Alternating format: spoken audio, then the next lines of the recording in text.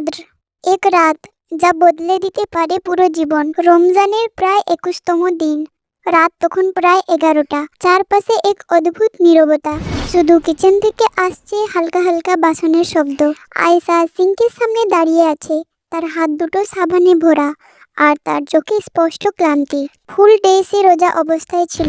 ভোরে সেহরির জন্য তাড়াহুড়ো করে ওঠা, তারপর বাচ্চাদের স্কুলের জন্য রেডি করা, ঘরের ক্লিনিং, তারপর ইফতারের প্রিপারেশন। সব কাজ শেষ হতে প্রায় রাত হয়ে যায়। প্রতিদিন আয়েশা মনে মনে ইরাদা করে, আজ রাতে আমি বেশি ইবাদত করব, আজ আমি আল্লাহর কাছে বেশি সময় দেব। বাট যখন রাত আসে তখন সে এতটাই টায়ার্ড হয়ে যায় যে নামাজে দাঁড়ানোই অনেক টাফ হয়ে যায়। সেই রাতেও একই ঘটনা ঘটলো। কিচেনের কাজ শেষ করলো, সে হাত মুছে সোফায় বসে পড়লো। তারপর অভ্যাস মতো সে নিজের ফোন তুলে সোশ্যাল মিডিয়া স্ক্রল করতে লাগলো। হঠাৎ একটি ভিডিও তার সামনে আসলো। ভিডিওতে বড় বড় অক্ষরে লেখা ছিল, if you miss Laylatul Qadr you may lose the greatest treasure of your life. Ayesha থেমে গেল। তার হৃদয়ের ভেতর হঠাৎ এক অদ্ভুত অস্থিরতা জন্ম নিল।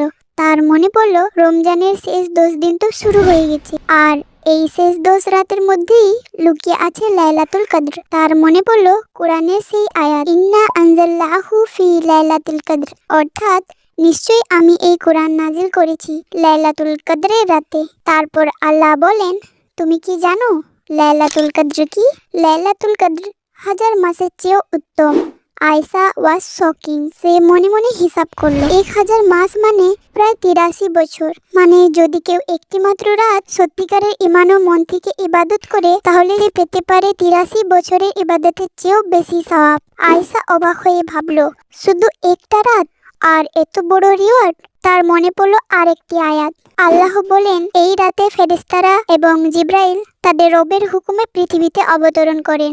ভাবুন একবার, সেই রাতে আকাশ ফাঁকা থাকে না, বরং পুরো পৃথিবীতে ফেরেশতাদের আগমন ঘটে। প্রতিটি ঘরে ঘরে বর্ষিত হয় রহমত, খুলে যায় মাগফিরাতের দরজা, আর অসংখ্য দোয়া কবুল হয়। এই কথা ভাবতেই আয়েশার হৃদয়ে এক অদ্ভুত অনুভূতি জাগলো। সে ভাবলো, কি জানি, হয়তো এই মুহূর্তেও ফেরেশতারা পৃথিবীতে নেমে আসছেন। হঠাৎ তার মনে পড়লো একটি হাদিস। রাসূল সাল্লাল্লাহু আলাইহি ওয়াসাল্লাম বলেছেন, যে ব্যক্তি লাইলাতুল কদরের রাতে ঈমান ও সওয়াবের আশায় ইবাদত করবে, তার পূর্বের সমস্ত গুনাহ মাফ করে দেওয়া হবে। আয়েশার হার্টবিট যেন ফাস্ট হয়ে গেল। তার জীবনের অনেক স্মৃতি মনে পড়তে লাগলো। সেই নামাজগুলো কখনো কাজা হয়ে গিয়েছিল, সেই কথাগুলো সে কখনো রাগের মাথায় বাচ্চাদের বলেছিল, সেই মুহূর্তগুলো সে গীবত করে ফেলেছিল। তার চোখে জল চলে এলো। সে আকাশের দিকে তাকিয়ে বলল, ইয়া আল্লাহ, যদি একটি রাতে গুনাহ মাফ হয়ে যায়, তাহলে আমাকেও সেই রাতটা নসিব করো। ঠিক তখনই তার শাশুড়ি রুমে ঢুকলেন। তিনি জিজ্ঞেস করলেন, আয়েশা, তুমি কি ভাবছো? আয়েশা বলল, আম্মি, লাইলাতুল কদর কবে হয়? তার শাশুড়ি একটি হাদিস বললেন। রাসূল সাল্লাল্লাহু আলাইহি ওয়াসাল্লাম বলেছেন, লাইলাতুল কদরকে রমজানের শেষ 10 রাতে খোঁজো, বিশেষ করে বেজোড় রাতগুলোতে, যেমন 21 রাত, 23 রাত, 25 রাত, 27 রাত, 29 রাত। আয়েশা আবার জিজ্ঞেস করলো, কিন্তু এক্সাক্ট রাতটা কেন বলা হয়নি আম্মি? তার শাশুড়ি হালকা স্মাইল করে বললেন, কারণ আল্লাহ চান মানুষ শুধু এক রাত নয়, পুরো 10 রাতই ইবাদত করুক। তারপর আয়েশা আরেকটি প্রশ্ন করলো, আম্মি, যদি আমি লাইলাতুল কদর পাই, তাহলে আমি কি দোয়া করব? তার শাশুড়ি বললেন, এই একই প্রশ্ন করেছিলেন উম্মুল মুমিনিন হযরত আয়েশা।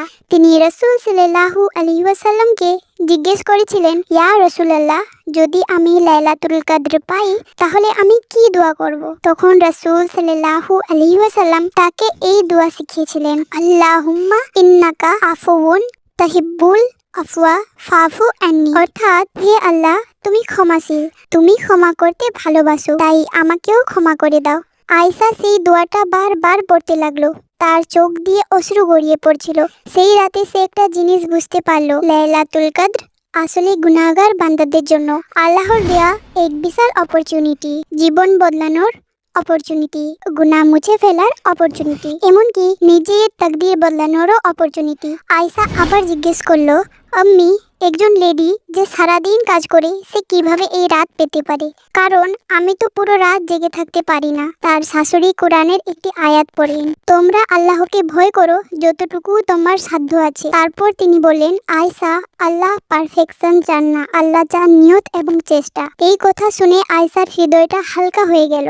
সে ভাবলো, আমি যদি পুরো রাত না পারি তাহলে একটু একটু করে ইবাদত করব। সেই রাতে সে একটা ছোট প্ল্যান বানালো। সে ইবাদতকে ছোট ছোট অংশে ভাগ করে নিল।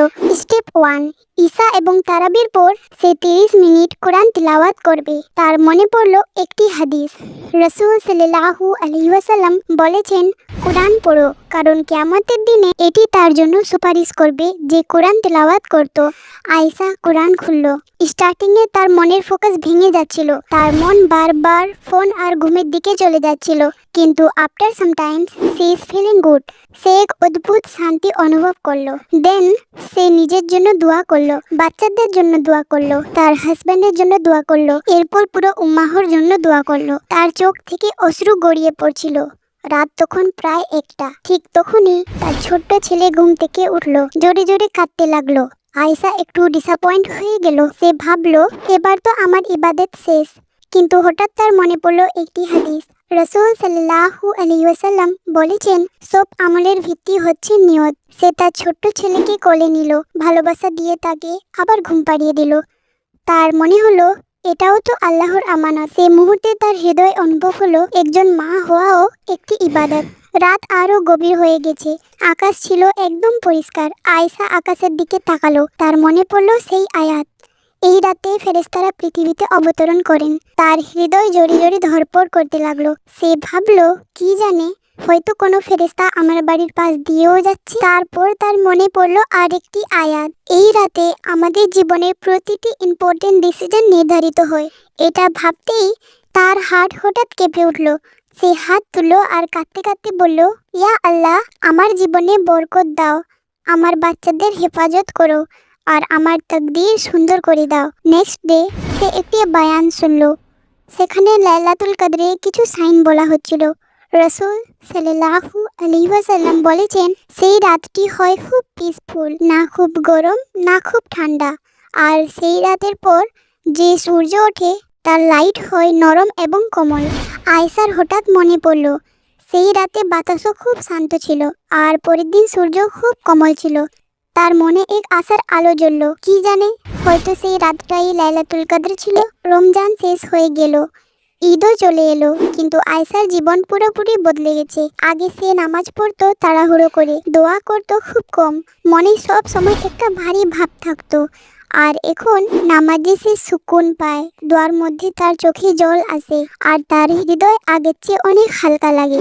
তো রিমাইন্ডার সিস্টার্স, যদি কোনো বোন মনে করেন আমি খুব টায়ার্ড, আমি বেশি ইবাদত করতে পারি না, তাহলে মনে রাখবেন লাইলাতুল কদর আল্লাহ আমাদের জন্যই বানিয়েছে। কি জানে, এই একটি রাতই হয়তো আপনার পুরো জীবন বদলে দিতে পারে।